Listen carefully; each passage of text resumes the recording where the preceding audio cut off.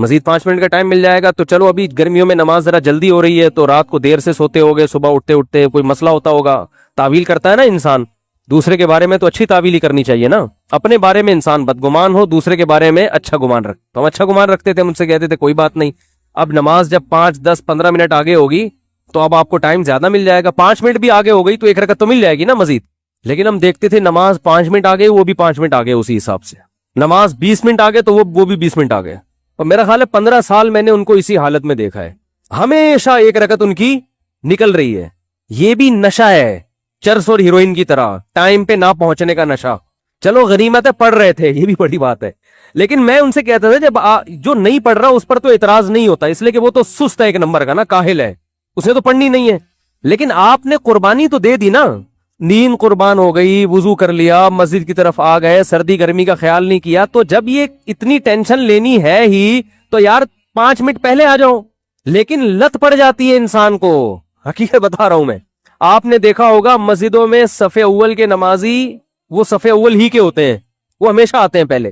دوسری صف کے نمازی پورے سال دوسری, تیسری کے نمازی پورے سال تیسری میں ہوتے ہیں, یہ ہوتا ہے.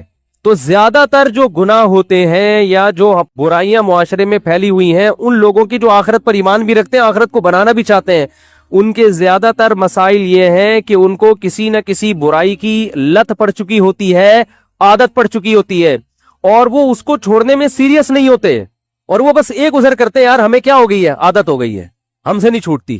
جس کو جماعت چھوڑنے کی عادت ہو جائے وہ جماعت سے نہیں پڑھتا, جس کو نمازیں قضا کرنے کی عادت ہو جائے اس کے لیے نماز پڑھنا وبال جان ہے. کہہ رہے کیسے پڑھیں, اٹھے کیسے. ہمارے حضرت مفتی رشید احمد صاحب کی خانقاہ میں ایک صاحب آئے, پہلے تو لوگ بزرگوں کے پاس جا کے اپنی اصلاح کرواتے تھے, ان سے فجر میں اٹھا نہیں جاتا تھا, اور تھے بھی ڈاکٹر. حضرت کو خط لکھا کہ مجھ سے نہیں اٹھا جاتا, میری نیند بہت گہری ہے, کچھ بھی ہو جائے میں نہیں اٹھ سکتا فجر میں. تو آ گئے خانقاہ میں, حضرت نے فرمایا ٹھیک ہے سو جائیں آپ, صبح دیکھتے ہیں. تو نہیں اٹھے صبح, 4 آدمیوں کے ذمہ لگایا ان کو اٹھاؤ, لیکن وہ ایسی نیند, بھائی نہیں اٹھا, بھائی نہیں اٹھ سکتا, میں نہیں اٹھ سکتا بھائی, بہت سخت نیند آ رہی. تو 2-4 دفعہ حضرت نے ٹرائی کیا, دیکھا کہ یہ تمیز سے سمجھ میں ان کے بات نہیں آ رہے. تو حضرت کے جنات کی ٹھکائی والے واقعات بھی انہوں نے پڑھے ہوئے تھے. ایک جن کسی طالب علم پہ آ گیا تھا, تو وہ طالب علم بہت ساری جگہوں پر گیا, یعنی اس کے گھر والے لے کر گئے, وہ جن اتر کے نہیں دے رہا تھا نا, اور جن کا کہنا یہ تھا میں بنگلہ دیش سے آیا ہوں, اس کو بنگلہ دیش لے کے جاؤں گا میں. ٹھیک, تو ہمارے حضرت کے ہاں وہ آیا, تو حضرت گئے اس کی خیریت معلوم کرنے کے لیے, تو اس وقت وہ جن اس کے اوپر آیا ہوا تھا. اب جن جب آیا ہوا تھا تو اس نے کہا کہ حضرت پہ حملہ کرنے لگا وہ. تو جنات سے جو ڈرتا ہے نا وہ گیا کام سے, یہ ذہن میں رکھو. حضرت نے آگے بڑھ کے نا, وہ ہوا میں اچھل رہا تھا کمبخت, اصل میں تو طالب علم تھا لیکن اس پہ جن چڑھا ہوا تھا نا, تو وہ ہوا میں اچھل رہا ہے. تو حضرت کا ہاتھ بھی ماشاءاللہ لمبا, لدھیانہ کے پنجاب سے تعلق تھا حضرت کا. ہوتے ہیں نا پنجاب کے بڑے بڑے ماشاءاللہ زمیندار ہوتے ہیں, بڑی بڑی پگڑیاں ہوتی ہیں, تو حضرت کی ہائٹ بھی اچھی تھی, تو ہاتھ بھی لمبا. تو جیسے ہی وہ اچھل کے قریب آیا, حضرت نے ایک زوردار تھپڑ رسید کیا اس کی, اتنی زور سے مارا کہ وہ بے ہوش ہو کے گر گیا. کافی دیر بعد اسے ہوش آیا, اس نے کہا ہم جا رہے ہیں. اس نے کہا ہم جا رہے ہیں, اور وہ حضرت کا تماچا جنات میں مشہور ہو گیا تھا. اس کے بعد بہت دفعہ ایسا ہوا کسی پہ جن آیا, یہ واقعہ حضرت کی کتاب میں بھی لکھا ہوا ہے, یہ ہم نے تو براہ راست سنا ہے. کئی بار ایسا ہوا کہ کسی پہ جن آیا, اس نے حضرت کو فون کیا, تو حضرت نے کہا ٹھیک ہے میں آ رہا ہوں. حضرت جب پہنچے تو بندہ بالکل ٹھیک تھا.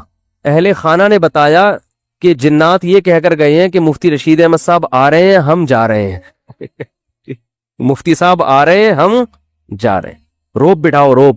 واقعہ آئی گیا تو اپنا بھی ایک سنا دو. کسی پہ جن آیا ہوا تھا ہمارے کسی ریلیٹو پہ.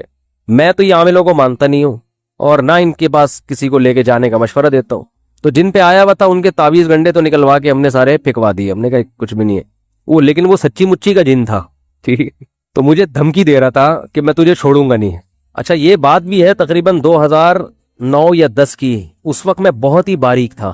جن لوگوں نے میرا 10 سال پرانا ماضی دیکھا ہے نا, ان کو پتا ہے میں تو 2013 کے بعد تھوڑا سا جسم پہ گوشت آیا ہے, ورنہ تو کہیں گرتے تھے تو ڈائریکٹ ہڈی شروع ہو جاتی تھی, ڈائریکٹ ہڈی پہ چوٹ آتی تھی. بہت پتلا نہیں, باریک. تو اتنا باریک تھا میں, اور جس پہ جن آیا وہ ماشاءاللہ اچھے خاصے صحت مند تھے. تو اب ایسا نہ ہو مجھے جنات اتارنے کے لیے کال کرنا شروع کر دیں, ہمارے یہاں بھی آیا ہوا ہے آپ آ جائیں. تو میں یہ کام نہیں کرتا. یہ جو میں آپ کو بتا اس لیے رہا ہوں کہ آپ یہی خود ہی کر لو. ٹھیک ہے, وہ شاعر ہے سلمان گیلانی, بڑا اچھا شعر ہے, شعر تو یاد نہیں آ رہا, اس کا مفہوم یاد ہے. کہ ایک آدمی نے فون کیا کہ تیری بیوی پہ جن چڑھ گیا، کسی کو کہا نا فون کر کے کہ تیری بیوی پہ جن چڑھ گیا، گھر آ. وہ کہہ رہے پنگا جن نے خود ہی لیا ہے خود ہی بھگتے گا ہم نے تھوڑی